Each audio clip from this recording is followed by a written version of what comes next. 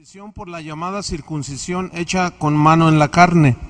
En aquel tiempo estabais sin Cristo, alejados de la ciudadanía de Israel y ajenos a los pactos de la promesa, sin esperanza y sin Dios en el mundo. Pero ahora ¿en quién? Vaya subrayando todo eso. Ahora en Cristo Jesús, no en ningún otro, no en ninguna otra persona, en Cristo Jesús. Vosotros que en otro tiempo estabais lejos, habéis sido hechos cercanos por la sangre de Cristo. ¿Cercanos por quién? Por la sangre de Cristo. Porque Él es nuestra paz. ¿Quién es nuestra paz? Cristo. Que de ambos pueblos, judíos y gentiles, ¿cuántos hizo? Uno, un solo pueblo. Derribando la pared intermedia de separación, aboliendo en su carne las enemistades, la ley de los mandamientos expresados en ordenanzas. Fíjese la primera frase del versículo 15. Aboliendo en su carne, ¿qué? Las enemistades, porque su muerte nos lleva a ser uno. Versículo, ahí mismo en el 15, para crear en sí mismo de los dos un solo y nuevo hombre, haciendo la paz, y mediante la cruz reconciliar con Dios a ambos en un solo cuerpo. ¿Quiénes son esos ambos? Los judíos y los no judíos, los gentiles, nosotros. Matando en la cruz, ¿qué mató allí? ¿Las qué? Las enemistades.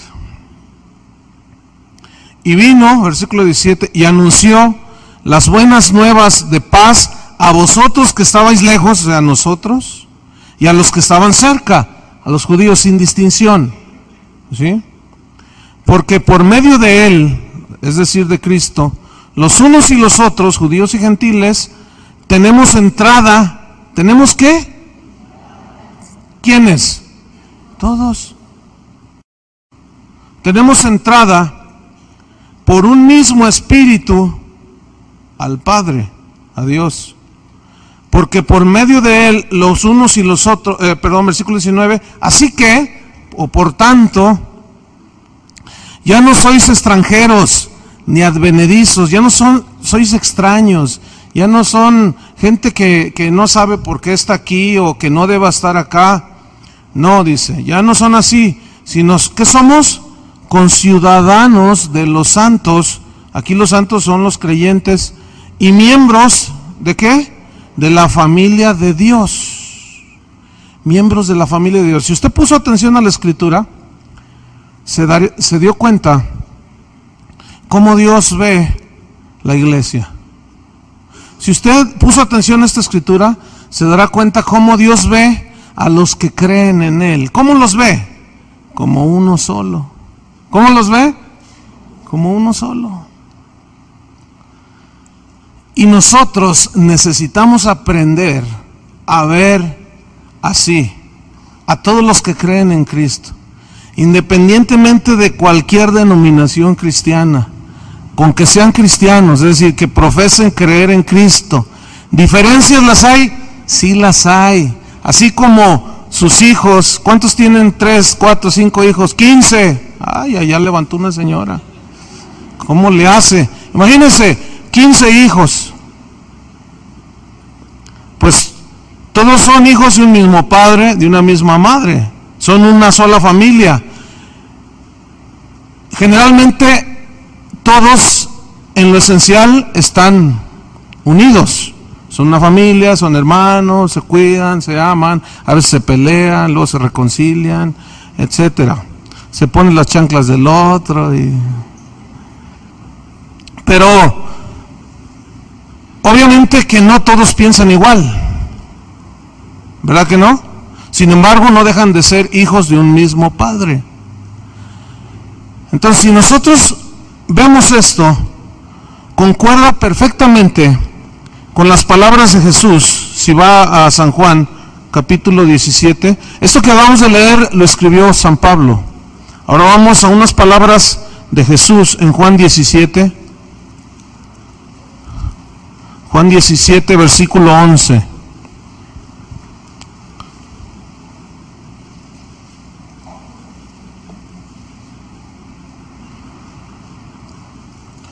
Está hablando Jesús y dice: y ya no estoy en el mundo.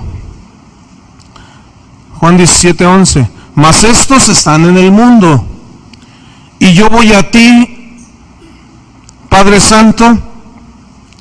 A los que me has dado, guárdalos en tu nombre, para que sean, ¿qué? Uno, así como nosotros. Ahora vamos al versículo 20. Mas no ruego solamente por estos, los que tenía allí enfrente Jesús en ese momento, sino también por los que han de creer en mí por la palabra de ellos. ¿Y esos quiénes son? Nosotros. Porque se vino a través de los años, de los siglos y un par de milenios, la predicación del Evangelio y nos llegó a nosotros. Y Jesús oraba por nosotros, versículo 21. Para que todos, ¿cuántos? Todos sean uno. Como tú, oh Padre, en mí y yo en ti, que también ellos sean uno en nosotros. Ahora, ¿con qué propósito Dios quiere que nosotros tengamos esto en nuestro corazón? Para que el mundo crea que tú me enviaste. Versículo 22. La gloria que me diste, yo les he dado para que sean uno. ¿Cuántas veces ha repetido que sean uno? 3 veces ya. Así como nosotros somos uno. Yo en ellos y tú en mí, para que sean perfectos en unidad, para que el mundo conozca que tú me enviaste y que los has amado a ellos como también a mí me has amado. Mire, le voy a leer una carta que recibí de una persona. Ahorita se va a dar cuenta qué persona era. Y se la voy a leer. Esta está fechada en julio del 93, pero yo la conservé. Ya tiene sus añitos. Está firmada en la ciudad de Quilmes, que es provincia de Buenos Aires, en Argentina. Y se la voy a leer. Era dirigida a mí. Y dice: mi nombre es Luis. Soy un sacerdote católico. Y deseo contarte algo de mi vida. Tengo 37 años y a los 19 me entregué a Cristo y me dio un nuevo nacimiento. Y desde entonces vivo consagrado a Él. A los 24 años decidí ser sacerdote. Estudié 7 años y hace 6 años presido una parroquia en Quilmes, provincia de Buenos Aires. Recibí el bautismo del Espíritu Santo cuando tenía 20 años. Como puedes ver, el Señor ha sido muy bueno conmigo. En mi parroquia se han producido en los últimos años un gran avivamiento. El Señor ha derramado de sus dones a manos llenas y ha encontrado muchos corazones abiertos para recibir. Estamos teniendo unas celebraciones gloriosas, sobre todo muchas conversiones, sanidades y crecimiento de la iglesia en número y en profundidad de vida. Nuestro mensaje es: Dios te ama. Conviértete y acepta a Jesucristo como tu Salvador y Señor. Y luego oramos por ellos y reciben el Espíritu Santo. La predicación es sencilla, clara y simple, y nos ha resultado dinamita pura. Y las conversiones a Cristo son masivas. Nuestras misas, y él le puso comillas, nuestras misas duran 3 horas. 1 hora de alabanza y adoración, 1 hora de enseñanza de la Biblia, y 1 hora de compartir la vida de Jesús entre nosotros. Todos los hermanos diezman y ofrendan. Háganle así. Dios se está moviendo entre nosotros. En este mover de alabanza y adoración, la alabanza y la adoración ha jugado un papel muy importante, pues cada domingo alabamos y adoramos a Dios y entramos en su presencia delante de su trono. Los hermanos han aprendido perfectamente de qué se trata y cada reunión es nueva y diferente, llena de la gloria del Señor. El seminario de alabanza y de adoración que ustedes trajeron a Argentina ha sido de mucha bendición. Esto fue a razón de un viaje que hicimos. Y quiero mantener contacto contigo y quiero que me envíes cassettes, estudios, etcétera. Dice: yo te lo pago todo. Te ama en Cristo Luis Consoni y cuenta con mis humildes oraciones. Bueno, esta carta yo la recibí y la guardé. Ni la rompí, ni la escupí, ni la pateé. ¿Cómo la ve? ¿Por qué? Imagínense. Le aseguro que Dios no tiene contrato de exclusividad con nadie. ¿O sí? ¿O firmó con Nike? ¿O firmó con Coca-Cola? ¿O con quién firmó Dios para hacer exclusividad? Con nadie. ¿Pero qué hemos hecho nosotros los hombres? Dividir y pelearnos con un entendimiento del tamaño del cerebro de una, piénselo usted, mosca. Ya se lo digo. ¿Por qué? Porque somos sectaristas. No conocemos a Dios, pero yo le voy a enseñar a que conozca a Dios en esta área. Algunos ya tienen bien definido este concepto, pero otros no. Hay gente nueva, otros que vienen de otras iglesias que se han añadido por alguna razón aquí, qué sé yo, pero este ha sido uno de los principios que hemos manejado desde que inició Casa de Oración, porque esto que yo lo voy a compartir tiene que venir por revelación, y yo confío en la revelación del Espíritu Santo, pero abra su corazón, no se cierre. Entonces, vamos a ver qué nos dice el Señor. Mire, una de las cosas que más confunden a las personas de hoy son los cientos así, de denominaciones cristianas.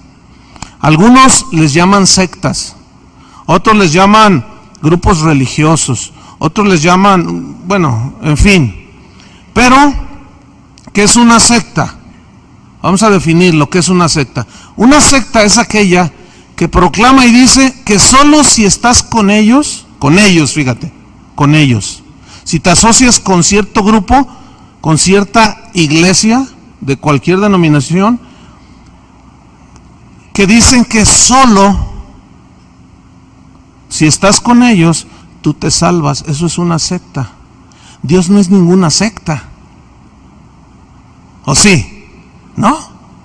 Dios es amor. De tal manera amó Dios ¿a quién? Al mundo.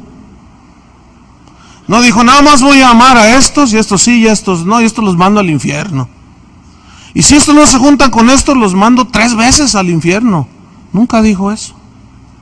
Pero nosotros los mandamos 6 veces al infierno, porque no están con nosotros, o porque no estamos nosotros con aquellos. Y en fin, es una de enemistades, de pleitos,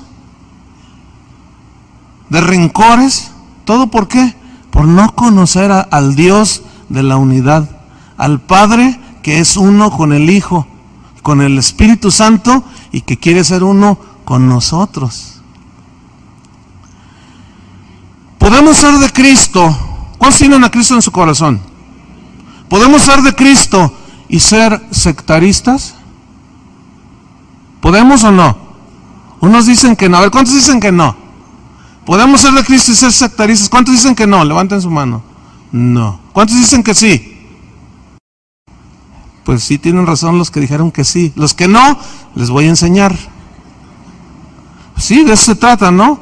De aprender. Fíjense que se puede ser de Cristo y ser sectarista. Se puede ser de Cristo. ¿Cómo es que nosotros pasamos a ser de Cristo? Cuando nosotros invocamos su nombre, creemos en Él, abrimos nuestro corazón, nos arrepentimos de nuestros pecados. Usted ya sabe todo esto. Entonces venimos a ser de Cristo, porque Él viene a morar con nosotros. Entonces venimos a ser parte de la iglesia, del cuerpo de Cristo, que es la iglesia, independientemente de los apellidos, ¿sí? Que si casa de oración, que si iglesia bautista, que si católico, que si pentecostés, independientemente del apellido, ¿sí? Yo vengo a ser parte del cuerpo de Cristo. Si yo creo en Él, Él me injerta en el cuerpo y me hace uno con el Padre, con el Hijo y con el Espíritu Santo. Entonces, yo puedo tener a Cristo, ser de Cristo y ser sectarista. Yo se los voy a demostrar. Hay muchos nombres de denominaciones que no me voy a detener en mencionar, pero la oración de Jesús era entonces para que sean uno, en el versículo 11. En el 20, oró por los que han de creer en mí, por la palabra de ellos, nosotros. En el 21 él vuelve a repetir, para que todos sean uno. ¿Cuál era el propósito? Para que el mundo crea que tú me enviaste.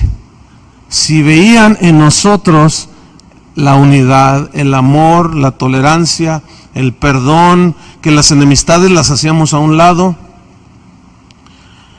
La oración de Jesús entonces fue que fuésemos uno. Fíjese lo que Pablo pensaba. Vamos a 1 Corintios capítulo 1. Vamos a ver cómo pensaba Pablo. Porque algunos son tan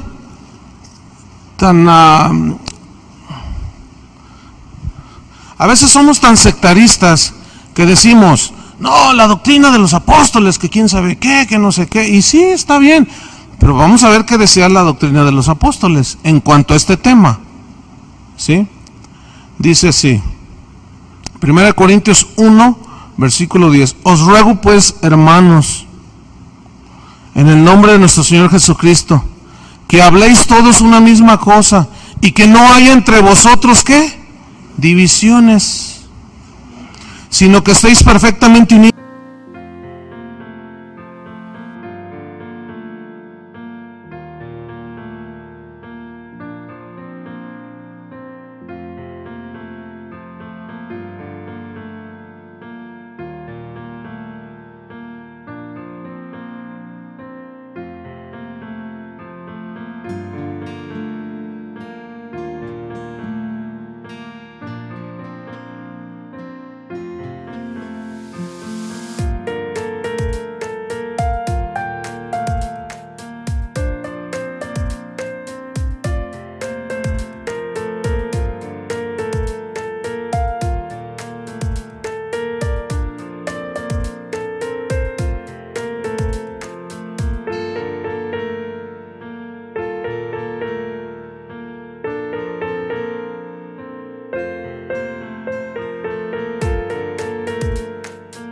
En una misma mente y en un mismo parecer.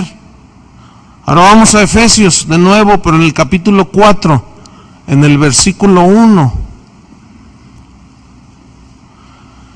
Dice, yo pues, preso en el Señor, os ruego que andéis como es digno de la vocación con que fuisteis llamados, con toda humildad y mansedumbre, soportándoos con paciencia los unos a los otros en amor, solícitos en guardar la unidad del Espíritu en el vínculo de la paz. Un cuerpo, un espíritu, como fuisteis llamados también una misma esperanza de vuestra vocación, un Señor, una fe, un bautismo. Y aquí en esto del bautismo, ¡ay, cuántas diferencias hay! Que si los niños, que si en el nombre de Jesús, que si... Y nos andamos agarrando del chongo, cuando lo esencial pues es el bautismo, es uno. ¿Sí? Obviamente, yo voy a hacer algunas aclaraciones más adelante, pero sigamos leyendo. Dice en el versículo 6, un Dios y Padre de todos, el cual es sobre todos y por todos y en todos. ¿Cuántos creen eso? Pues más vale que nos lo creamos, porque ese es el pensamiento de Dios, ese es el pensamiento de Dios que le reveló a Pablo por revelación del Espíritu Santo, para que nosotros entendamos que el propósito de Dios es que todos los que nos llamemos cristianos, independientemente del apellido, que hay un montón, ¿usted conoce algunos? Incluyendo nosotros, nuestro apellido es Casa de Oración, ese es nuestro apellido.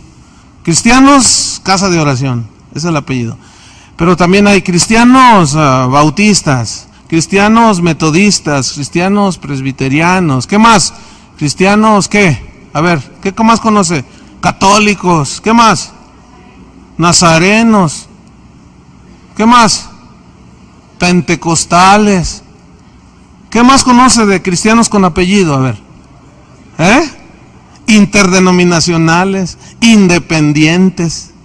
Y no. Suena como Juan Pérez, Pancho López, con apellido, pero todos tenemos el mismo nombre, todos somos cristianos, profesamos creer en Cristo. Ahora bien, hay que distinguir de lo que es un grupo cristiano a un grupo que no es cristiano. Porque todos los grupos cristianos, todas las iglesias cristianas que creen en Cristo, independientemente del apellido, todos creemos lo mismo en lo que son los fundamentos, la esencia del cristianismo. Todos creemos que Jesús es el Hijo de Dios, ¿sí o no?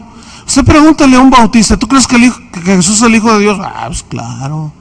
Pregúntale a un católico, ¿usted cree que Jesús es el Hijo de Dios que nació de la vientre de la Virgen María? Pues claro, te dicen.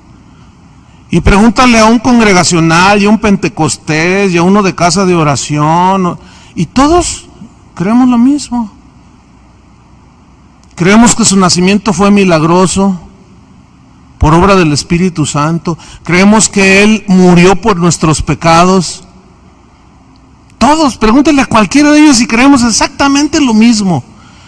Pero ya en cuestión de doctrina es donde vienen las diferencias. Pero a veces son que no, mientras no se transgreda y se llegue a la herejía, por ejemplo, como hay algunos grupos que dicen que Jesús no es Dios, que Jesús es un ser creado, que Jesús es un ángel, que Jesús es dicen un montón de herejías que no concuerdan con lo que todos los cristianos creemos acerca de Cristo.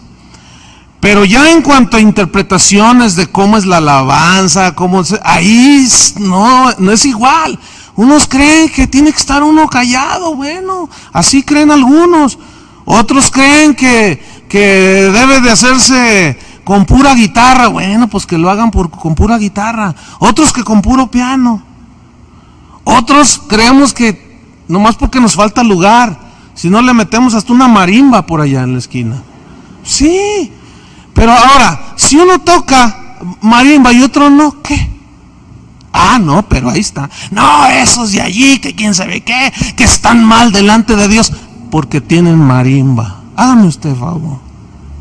O sea, ¿ve usted la ridiculez de los argumentos, de los pensamientos, de las diferencias que hay?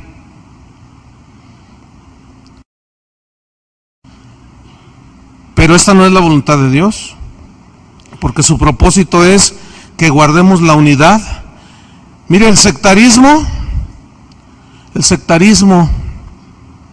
de cristianos es tan ofensivo a Dios que estorba el propósito de Dios, lo estorba. Y déjame decirle, el cristiano que es sectarista entristece al Espíritu Santo. ¿Por qué? Porque eso no es el corazón del Padre, eso no es el deseo de Jesús. Fíjense nada más hasta dónde llega el sectarismo. El hecho de pensar así, porque usted, acuérdese, cada vez que viene a este lugar, usted tiene todo el derecho de juzgar lo que se dice de acuerdo a la palabra de Dios, no de acuerdo a sus prejuicios y sus cosas que traiga por acá de religión. No. Lo que dice la Biblia, porque la Biblia es la palabra de Dios en la cual nosotros nos basamos. ¿Está de acuerdo con eso? Entonces usted tiene todo el derecho de discernir, de juzgar, en este caso es discernir y avalar lo que se está diciendo. Pero fíjense hasta dónde llega. El hecho de pensar como yo se lo estoy ahorita a usted compartiendo, me ha ganado la reputación de que soy, ¿cómo dicen? ¿Cómo dicen, Chuy? Que soy ecuménico, porque el movimiento ecuménico es un movimiento de las denominaciones cristianas que se quieren juntar y todo el asunto, ¿no? Y eso está bien, siempre y cuando no sea con motivos políticos, ni de intereses personales de un solo grupo que quiera dominar a los demás, porque así no es tampoco. Pero si es con el fin de vivir la vida de Cristo y reconocer a lo mejor nuestras diferencias, el uno con el otro, pero que no haya barreras. Pues a mí me gusta cantar, que se oiga, a otros no. Bueno, pues eres mi hermano, pues somos hermanos. El carácter de cada congregación y aún denominación es distinta a otras, así como el carácter de sus hijos es distinto. ¿Cuántos hijos tiene usted? 3. ¿Son igualitos así, todos cortados por la misma tijera? No. Siempre hay uno que anda. ¿Sí o no? Siempre hay uno que anda. ¿Quién sigue? Y hay otro que siempre está bien peinadito a la mesa y se siente. Siempre. Y hay otro que es entre azul y buenas noches, así, en término medio. Ninguno es igual. Todos son distintos porque todos tienen distinto carácter, temperamento. A uno les gusta un tipo de música, a otros, de un ritmo, de otro. Pero siguen siendo hermanos. Y no se andan peleando. A veces sí. Ay, ¿a ti te gusta? Aún ahí se refleja. Ay, ¿a ti te gusta la música muy lenta? Es que eres muy lento. Deberías de ser. No, ¿cómo debería? Así es él. Y debemos de respetarlo, ¿sí o no? Y el otro no debe de decirle al otro, tú eres muy ruidoso y que no te soporte y sabes qué, que no sé qué. Aún en las familias se da así, porque no se aprende a respetar a los demás. Entonces, mire, esa carta que yo le leí, a mí me bendijo mucho porque me enseñó una cosa, de un sacerdote católico, sin prejuicios de ninguna especie, fíjese, asistiendo a un seminario donde enseñamos de alabanza y adoración, y me compartió todo eso. Después, en otra vuelta que yo fui, lo conocí personalmente, y es un hombre más joven que yo, pero con una fuerza tremenda, y él me sale un comentario de cómo aún dentro de su misma iglesia lo estaban segregando por su apertura. Eso es sectarismo también, como si yo les dijera algo semejante aquí respecto a no, miren que fulano, no, que sultano, no, que ellos están mal, no, que ellos no, y que quién sabe qué, y que ellos no bautizan bien, y que ellos quién sabe qué, puras tonterías. Entonces ya seríamos una secta.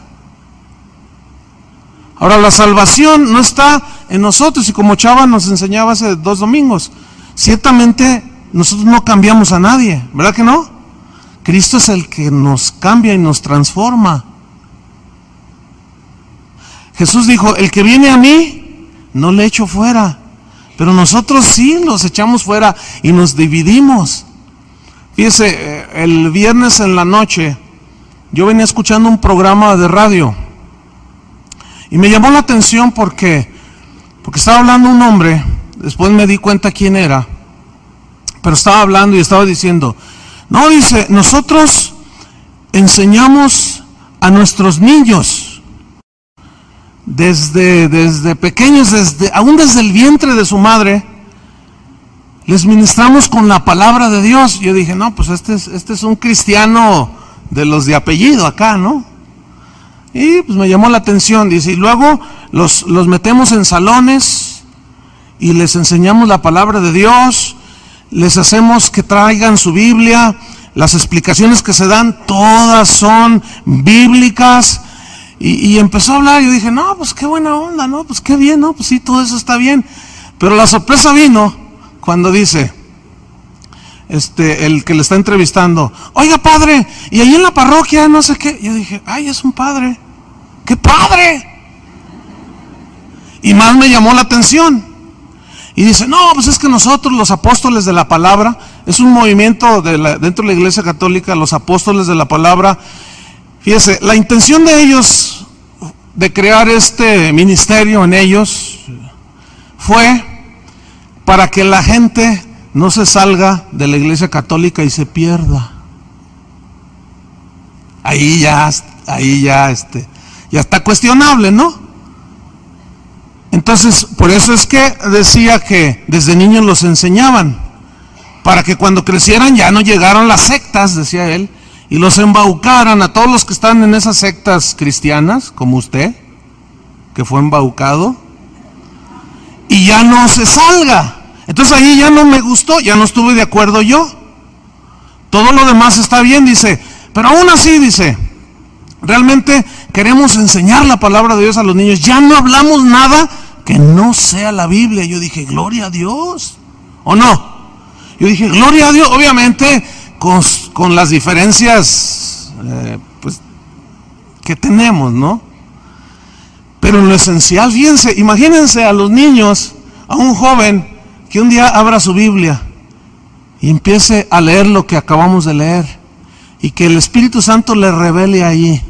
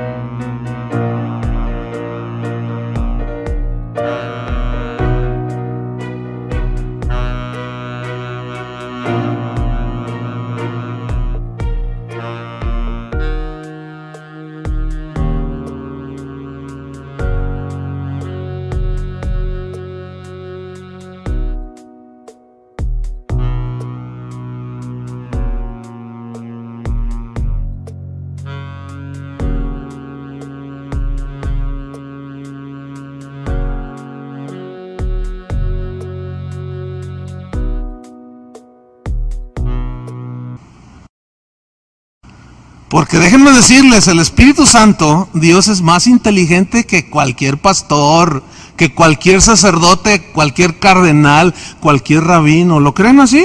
El Espíritu Santo es mucho más sabio. Y Dios le puede revelar al más sencillo que agarres la Biblia y que empiece a leer lo que nosotros acabamos de leer y que de pronto le caiga el entendimiento y diga, bueno, ¿por qué si aquí dice que es en Cristo, que es en Él, que Él nos unió, que rompió las enemistades, las alejó, las echó a un lado, quiere que nos unamos a pesar de las diferencias? Había diferencias en Pablo y Pedro, fíjese. Y hubo un momento que tuvieron una discusión, pero después se reconciliaron a medida que ellos iban entendiendo. De manera que necesitamos esta enseñanza de la Biblia, tenerla en nuestro corazón para no cerrar, fíjese bien, las llaves, para no cerrar la puerta del reino de Dios a nadie. Una vez, andando en uno de los países musulmanes, en Marruecos concretamente, allí predicar el evangelio es cárcel por ley. No se puede, te meten porque ellos son, sí, ahí sí está recalcitrante. Imagínate, meterte a la cárcel porque es otra religión distinta a la de ellos. Eso ya raya en lo diabólico. Jesús dijo incluso en una ocasión, algunos pensarán que cuando aún los maten a ustedes, pensarán que rinden servicio a Dios. O sea, están tan alejados del entendimiento del corazón de Dios. Ellos piensan que están honrando a Dios, reprimiendo y aún asesinando. Pues andábamos por allá.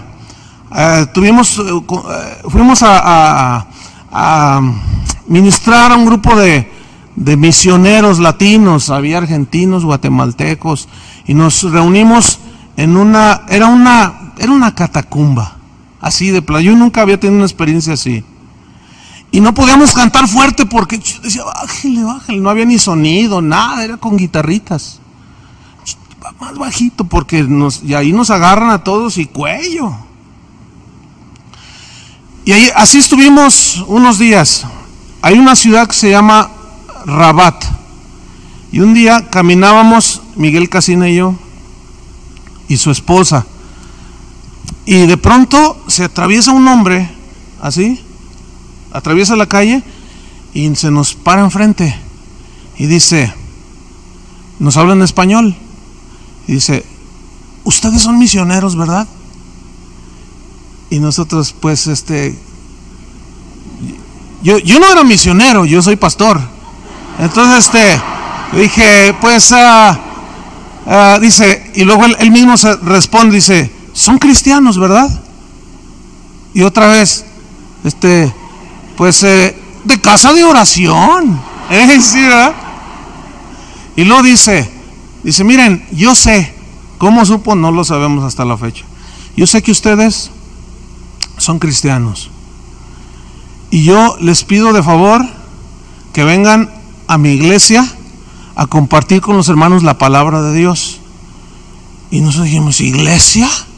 Y dice, miren, yo soy sacerdote católico, y la religión católica es la única que puede estar en este país, pero no se puede predicar afuera, solamente en los templos, y hay algunos templos católicos. Es la única, fíjense, de todos los cristianos que dejaban. Entonces dice, que los quiero invitar a que prediquen. Entonces veo a Miguel, iba con Miguel Casina, le digo, vamos, no, pues órale, vamos, sale. Pues fuimos, y yo tengo unas fotos, tengo un video ahí, y donde estamos dirigiendo la alabanza y compartiendo, hablándoles de la palabra de Dios. Si yo hubiera tenido otro pensamiento sectarista, recalcitrante y no sé cuánto, yo no me meto en la sinagoga de Satanás, como algunos torpemente han dicho. Algunos me han dicho, oiga pastor, yo me casé en la iglesia católica, ¿es necesario que me vuelva a casar? No, espéreme. No, ¿por qué? ¿Qué no vale? ¿O qué? ¿Creen ustedes que no valga? Pero hay algunos que piensan que no vale. Entonces la explicación es esta. Mire, el matrimonio es una institución creada por Dios, no fue creada por ninguna iglesia. Antes de que hubiera iglesia ni nada, Dios instituyó el matrimonio. Entonces el matrimonio no es exclusividad de ninguna denominación cristiana. No, ese es un plan de Dios, eso fue una creación de Dios. Entonces, ¿usted delante de quién lo hizo? No, pues de Dios. Pues entonces ¿vale o no vale? Entonces ¿vale o no vale si usted se casó en la iglesia católica? Porque Dios no lo ve así. Se casó en la iglesia católica, en la iglesia cristiana, y pues, tú vente para acá, mi hijo, y qué ridículo. ¿No se puede imaginar a un Dios así? Jamás. Vamos a Jueces capítulo 12. Vean nada más las torpezas. Jueces 12. Está Josué allá por el Deuteronomio, Josué y luego Jueces, en el capítulo 12.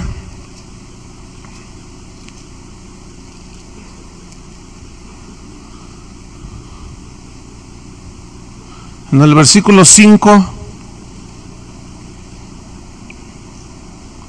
resulta que aquí tenían guerra, había guerra contra los amonitas. Entonces entre ellos no se pusieron de acuerdo, y dice en el versículo 5, 12:5, y los galaditas tomaron los vados del Jordán a los de Efraín. Y aconteció que cuando decían los fugitivos de Efraín, que eran del mismo pueblo, quiero pasar, los de Galad les preguntaban, ¿eres tú efrateo? Si él respondía, no, entonces le decían, ahora pues di Shibolet. Y él decía, Sibolet, porque no podía pronunciarlo correctamente. Entonces le echaban mano y le degollaban junto a los vados del Jordán. Vean nomás. A ver, di Shibolet, Sibolet. No. Tú has de ser de una secta, ¿verdad? Porque no dices lo mismo que yo, ni como yo. A ver, di Shibolet, Sibolet. No, estoy narrándoles la Biblia. A ver, di Shibolet, Sibolet. Denle cuello, no es de los nuestros. Imagínense hasta dónde llegaba. Mire, ahí tengo un libro en mi oficina que me mandó el secretario de Educación del Estado. Me lo mandó con mi nombre. ¿Sabe qué libro es? Es el famoso ese libro donde donde está la corrección de un comentario que hicieron los escritores de ese libro acerca de Jesús, que tenía más hermanos. A mí me lo mandó así, firmado por él y todo. Yo sé por qué me lo mandó. No sé si ustedes se acuerdan cuando se hizo un escándalo de esto, de que en uno de los libros que se usan en la escuela primaria, si es primaria, venía un comentario acerca de que Jesús había tenido más hermanos. No, pues hizo un lío. Aquí los religiosos, la gente que según ellos les afectó ese comentario, pues pegaron el grito en el cielo y empezaron a acusar que los protestantes o los aleluyas o los cristianos habían sido los culpables de haber insertado ese pensamiento allí. Yo le digo a los señores que dijeron, yo estoy limpio, yo no hice nada. ¿Ustedes hicieron algo? ¿O sí? Para que se insertara allí. No. Ahora, hicieron la corrección porque que era una ofensa. O sea, ellos sí pueden ofender, y vamos a manejarlo así. Ellos sí pueden ofender diciendo que tú estás perdido, que te vas a ir al infierno porque no estás con ellos, que estás en una secta. Pero si de aquí para acá surge algún comentario que está mal, entre paréntesis, está mal cualquier comentario, ellos se ofenden. Bueno, hicieron la corrección en el libro y el secretario de Educación me lo mandó a mí. Yo le pregunté a varios pastores, oye, ¿no te mandaron un libro? Y algunos me dijeron sí, otros no, a mí no, donde ya venía la corrección. Ahora, ¿por qué no lo mandan los pastores? ¿Saben por qué? Porque ellos piensan que nosotros los pastores instigamos a ustedes a discutir sobre esos temas. Mire, le voy a ser sincero y sin ofender a nadie, Dios lo sabe, porque ese no es el punto. Si Jesús tuvo más hermanos o no, eso,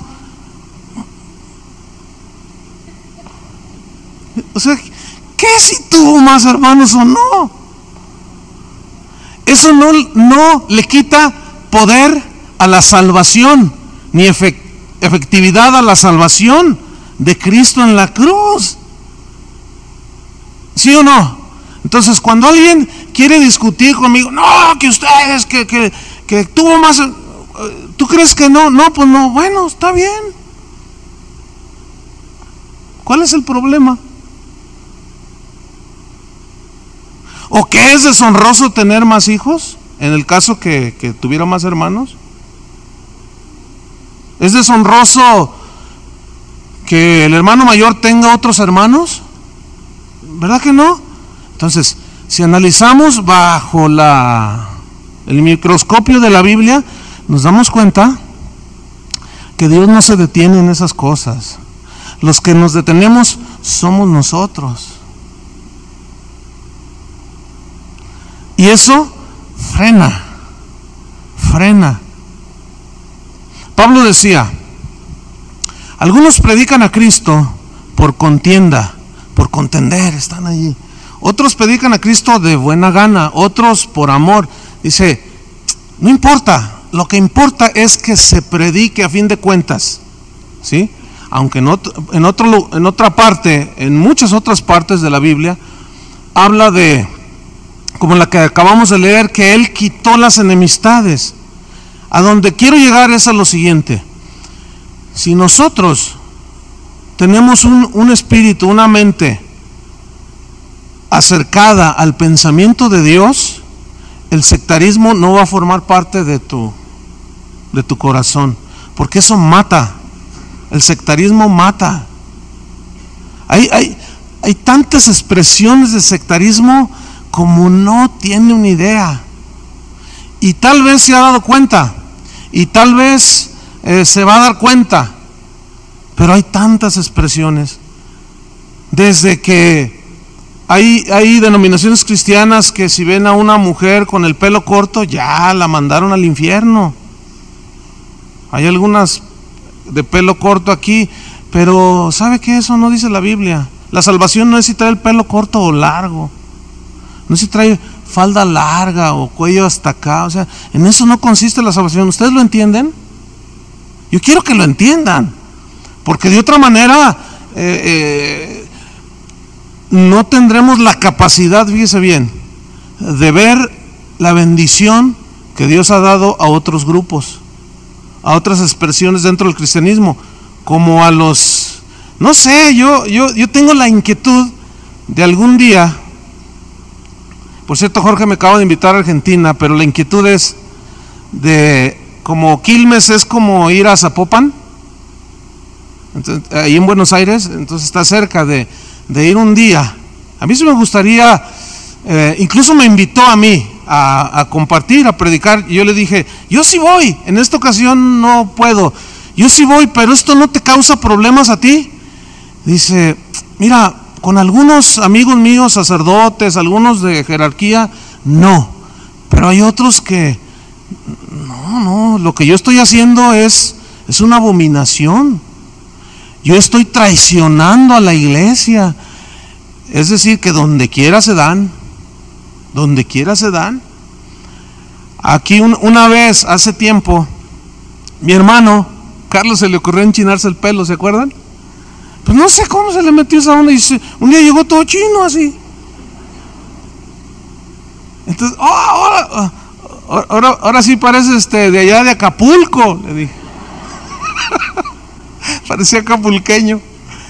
Entonces, pues ahí andaba mi hermano con sus chinitos, ¿verdad? Y una señora ofendidísima vino y dijo, me voy de esta congregación. Ay, ¿por qué? ¿Qué le pasó? Es que cómo es posible que se haya enchinado el pelo. Y ella lo traía pintado. Le digo, ay, usted se quiere ir porque sí, es que ¿cómo es posible que un hombre de Dios se enchine el pelo? ¿Y usted es mujer de Dios? Por supuesto. Ya no quise decirle más porque dije, no, bueno, sí le dije, pues. Es para enseñarla, ¿no? Y usted sí se pinta el pelo. No, pero yo soy mujer. Bueno, pues me voy. Y se fue, ofendida, que porque eso, no sé qué pensaba la pobre señora. Imagínense. Es que de eso no se trata el cristianismo.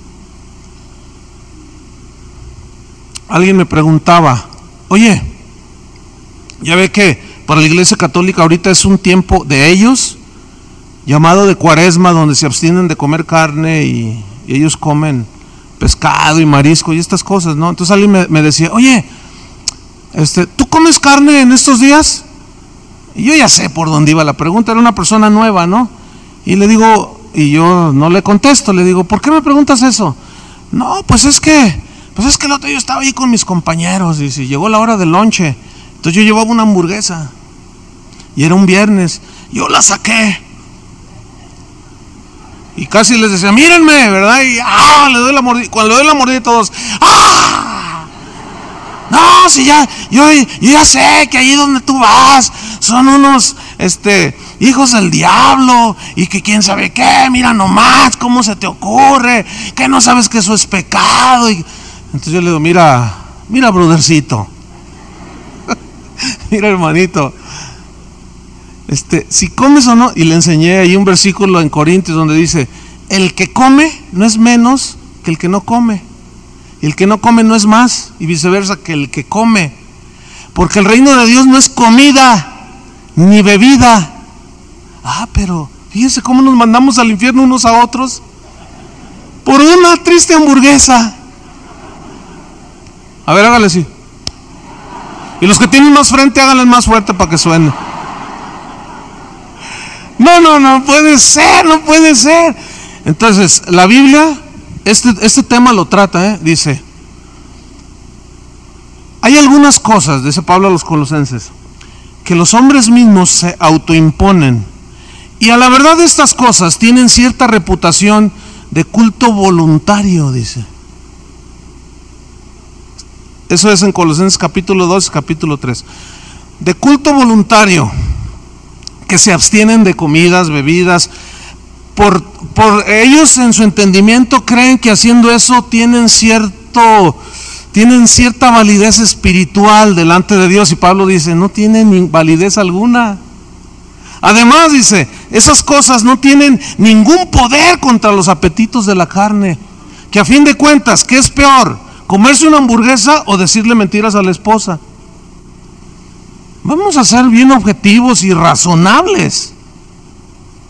¿Qué es más dañino? ¿Comerse una pierna de pollo o serle infiel a la esposa? ¿Qué es más dañino?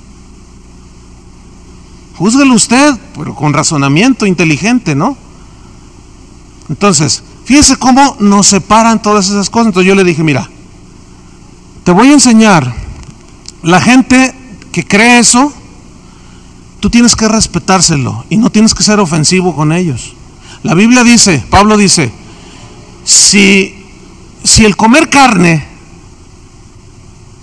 ofende al otro, a la otra persona, a mi prójimo, no como carne. Dice, pero si tú tienes fe para contigo mismo, bienaventurado el que aprueba en lo que se come. Dice, pero si tu conciencia, que es fuerte, y tu conocimiento pone en evidencia la debilidad y la ignorancia del otro, entonces tú estás pecando contra el otro, fíjense. Es decir, yo sé que comer carne y eso no es ni más ni menos delante de Dios, no tiene validez alguna, aunque para ellos sí lo tiene. Entonces, ¿qué tengo que hacer yo? No comer la hamburguesa enfrente de ellos, y menos con esa actitud, porque ahí ya empieza el roce. Sí, ahí donde vas, desde que te cambiaste esa religión, ahí te han de enseñar, quién sabe. A ver, fíjense qué cosas, ¿no? La gente a veces dice, sí, mira, ya hasta te prohibieron fumar. Fíjense qué cosas, ¿no? O sea, a veces la misma gente en su ira y en su enojo no sabe ni qué. Ahí te tienen todo atado, acá nos dan chance. Dicen algunos, pero no que les den chance, fíjense, porque la verdad es que no les dan chance. Lo que pasa es que la Biblia no ha formado parte en su formación y no conocen algunos, pero qué bueno que los apóstoles de la, ¿cómo es? Apóstoles de la palabra, dentro de ellos están enseñando a los niños con la Biblia. Y a donde ellos están llegando, le están diciendo a los que van a las misas que traigan una Biblia. Oiga, a mí, déjame decirle eso, a mí eso me gusta. Y cuando yo escuché eso, yo iba manejando y levanté una mano, porque si suelto el volante me estrello, ¿no? Y yo levanté una mano y dije, gracias, Señor. ¿Saben por qué? Porque yo sé que mucha gente, al solo contacto con la Biblia, va a encontrar muchas cosas y va a entender muchas cosas. Vamos a Marcos, capítulo 9, rápidamente. Marcos 9, 37. Mira, vamos a leer desde el 35. Vamos a leer desde el 33. Le voy a regalar otros 2 versículos. 33 dice, y llegó a Capernaum, y cuando estuvo en casa les preguntó, ¿qué disputaban entre vosotros en el camino? Se venían peleando ahí los discípulos. Y él se dio cuenta, pero no les dijo nada, los dejó. Pero cuando llegaron, les dijo, ¿qué disputaban en el camino? Versículo 34, mas ellos callaron, así como los niños, ¿no? Mas ellos callaron porque en el camino habían disputado entre sí quién había de ser el mayor. Tú te tienes que someter a mí, a mí el Cristo es el que me puso, y tú tienes que estar bajo de mí, y a mí Dios me, y no, a mí, no, y se estaban peleando ahí. Versículo 35, entonces él se sentó y llamó a los 12 y les dijo, si alguno quiere ser el primero, será el postrero de todos y el servidor de todos. O sea, inmediatamente los puso en su lugar. Tú quieres ser el mero mero, tienes que servir a todos. ¿Y cuál es la imagen? Fíjense, ¿cuál es la imagen que se ha proyectado de todo, en términos generales, de los líderes religiosos o de los líderes cristianos de todas las denominaciones? ¿Cuál es lo que se ha proyectado? Que lo tengan a uno ¿Cómo? Acá en un pedestal, ¿sí o no? Algunos hasta nos puede gustar que la gente nos aclame, nos diga, que nos besen la mano, que nos besen la mejilla, que nos reconozcan como reverendos, como no sé qué. Hace rato una señora que está ahí sentada me dice, oye, fíjate que el otro día tú pasaste y, oye, Chuy, que no sé qué, que... Entonces, gente que estaba ahí alrededor de ella le dijo, oye, ¿tú qué igualada? Pues él es el pastor. No, pues sí es el pastor, pero pues es Chuy. Pues sí es cierto, ¿no? Dice, no, es que yo le digo pastor, no, pues yo le digo Chuy. Pues es que ¿cuál es la diferencia? Ahora, si yo tuviera otras pretensiones, no me digas Chuy. Respétame. No somos iguales, igualada esta. A mí me llamas pastor y bésame la mano. Es que sí. El hombre le gusta que lo alaben y que lo adoren cuando su mente no está bien centrada en Cristo. Y déjenme decirle, así hay pastores, habemos pastores así, también hay sacerdotes así, también hay líderes dentro de la iglesia cristiana que les gusta eso. Es la verdad. Y a veces nosotros decimos, no, que los idólatras allá, también hay idolatría aquí, dentro de la iglesia cristiana. Ay, mi cantante favorito es quién sabe quién. Pues ahí está ya. Y hasta pósters ahí de los, nomás que ahora es cristiano. Hágame el favor, cuando es una flagrante idolatría. No hay que porque algunos ya están así. Hay que saber distinguir entre lo que es la honra y la idolatría. Es muy distinto. Entonces sigamos leyendo aquí. Les dice, entonces si tú quieres ser el primero, tienes que servir a los demás. Versículo 36. Y tomó a un niño y lo puso en medio de ellos, y tomándolo en sus brazos, fíjense la escena, está él sentado, agarra un niño, ven, y lo abraza, y les dijo en el 37, el que recibe en mi nombre a un niño como este, me recibe a mí, y el que a mí me recibe, no me recibe a mí, sino al que me envió. Juan le respondió diciendo en el 38, maestro, hemos visto uno que en tu nombre echaba fuera demonios, pero él no nos sigue, y se lo prohibimos porque no nos seguía. Y Jesús allí con el niño en brazos, ¿no? Y viéndolo diciendo, ay, Juanito, tan cerradito. Ay, con tu mente, pobrecito, mira, ahorita te voy a enseñar. Bueno, yo lo estoy diciendo así medio irónico, ¿no? Pero ese no era el semblante de Jesús, ni el tono de Jesús, en ese caso. Pero si yo hubiera sido, así es que andaba echando fuera demonios uno que dice que es cristiano allá, pero no viene a casa de oración. Sí, y se lo prohibimos. Ay, ¿saben qué esperaban los discípulos? Que dijera Jesús, eso es, así debe de ser. Si no andan con nosotros, si no vienen a nuestra iglesia, si no están bajo nuestro liderazgo espiritual, no vale.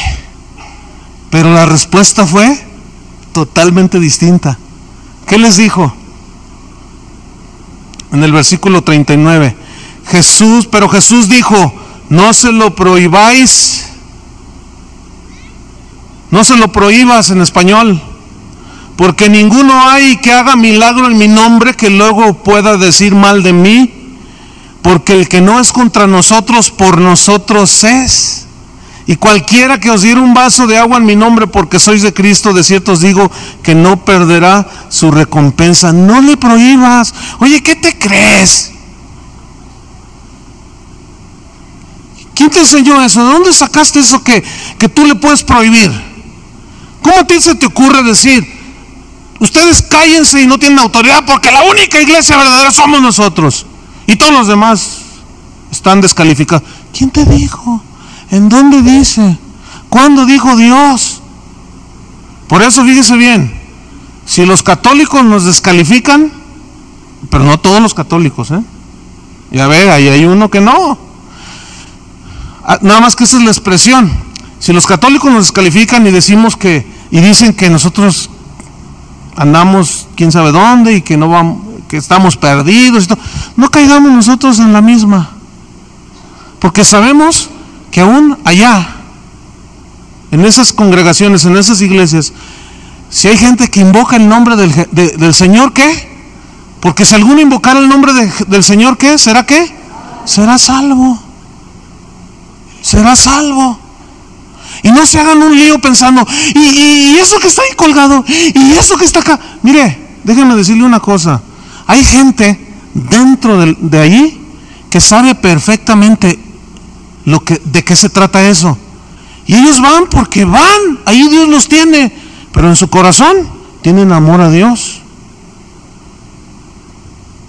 Yo les comenté una vez que yo reprendí así enérgicamente a un colega mío, a un pastor que se burló de la Madre Teresa de Calcuta, no porque yo sea partidario de ella, ni sea seguidor de ella, no, simple y sencillamente porque lo que dijo no tenía razón, y además lo dijo con burla. Dijo algo que no viene al caso mencionar, y yo le dije, oye, no, espérame, le dije, ¿sabes qué? Pena te debería de dar. Le dije, porque mira, al menos yo reconozco que ni a los talones le llego a esa señora. ¿Cuándo has ido tú con tus propias manos a limpiarles los pies a los leprosos? A ver, dime. No, pero ella cree que se va a salvar así. ¿Y tú crees que te va a salvar nada más porque dices aleluya, gloria a Dios? Déjame decirte que estás muy equivocado. Porque hay más amor, o hubo más, porque ya murió la señora, hubo más amor de ella hacia esa gente que tú y yo hacia esa gente. Y no me digas que no, si tú eres espía del Vaticano y que tú, sí, sácatela con esa espía del Vaticano. Así como hay argumentos tan torpes de allá, también hay aquí. Entonces le dije, no, ¿sabes qué? No es así, no es así definitivamente. Mire, yo tengo la oportunidad de conocer cristianos de diferentes denominaciones. Yo digo, y cuando yo sea grande yo quisiera ser como él. Así, hombres de otras iglesias cristianas.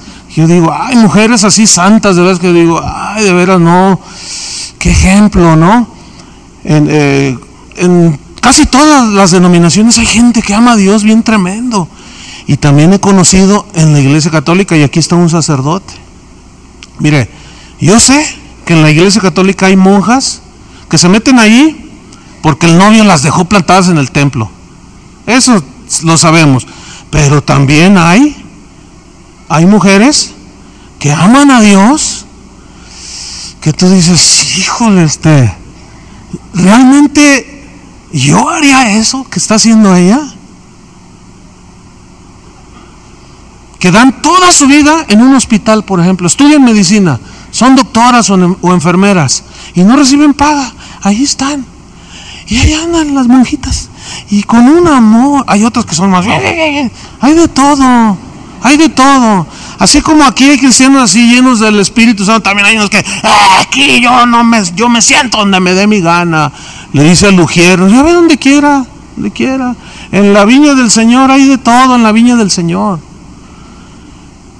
Pero hay otras que, porque mire, resulta con que hay muchos hospitales administrados por la iglesia católica, donde algunos cristianos van a dar cuando se les rompe una pierna o se les amuela el hígado, primero están, y luego van y se meten ahí. Entonces, ¿qué? Pues vayan allá al hospital cristiano, ¿no?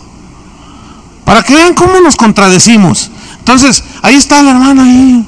Entonces, cuando se hace una visita, pues uno ve las monjas allí, y yo he sido testigo, porque no les pagan.